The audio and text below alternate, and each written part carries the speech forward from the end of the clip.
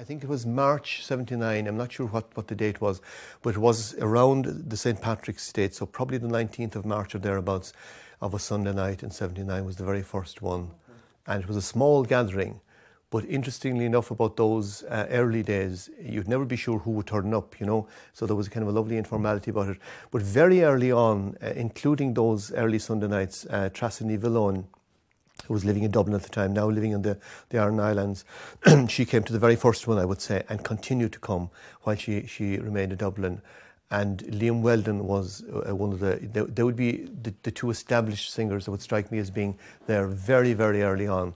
And you establish a kind of a certain base and a standard with good singing, basically. While everybody was welcome, you know, you do need some sort of I suppose, a touchstone or a yardstick to base what are we doing here, really. And I mean, that would have taught us a lot as well. And we were all learning together. So even though the crowds were very, very, the numbers were very small in the Pembroke, the singing actually tended to be very good and very varied as well, you know. And there were lovely nights. You know, we started in March and went on to the end of that summer and then took a break. And when we came back in September, we looked again for a venue. The Pembroke was gone while we had closed for the summer, and we looked around and we ended up meeting the people in Thomas House. They were the pub run by the Tracy family, and they were great. They were very welcoming, and they made the room upstairs available in Thomas House from the September 79 onwards.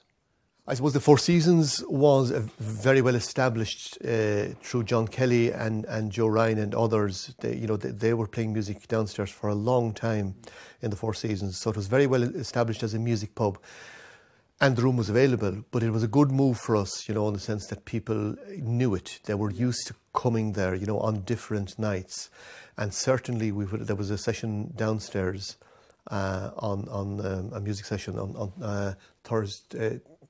I think both Thursday and Friday, and we would have got a spin-off from those who came to listen to the music. We would have gone there ourselves as regulars, you know, and we knew the scene there. So I think we probably gathered up extra people maybe who we didn't have. I certainly would have seen the move to Thomas House as the club growing in you know, kind of in numbers and in maybe some extra singers.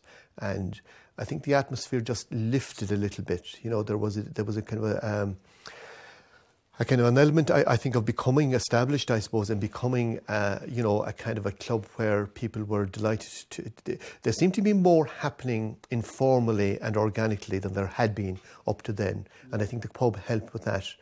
And I think people began to make a bigger contribution. You know, they became part of the club. They felt a part of it, and I think we probably at that stage had got other people on. You know, we never really had a formal committee as such, but I think people came on board to help us. Now I think that had started in Thomas House as well, but certainly by the time we moved to the Four Seasons, that other people had been making a bigger contribution.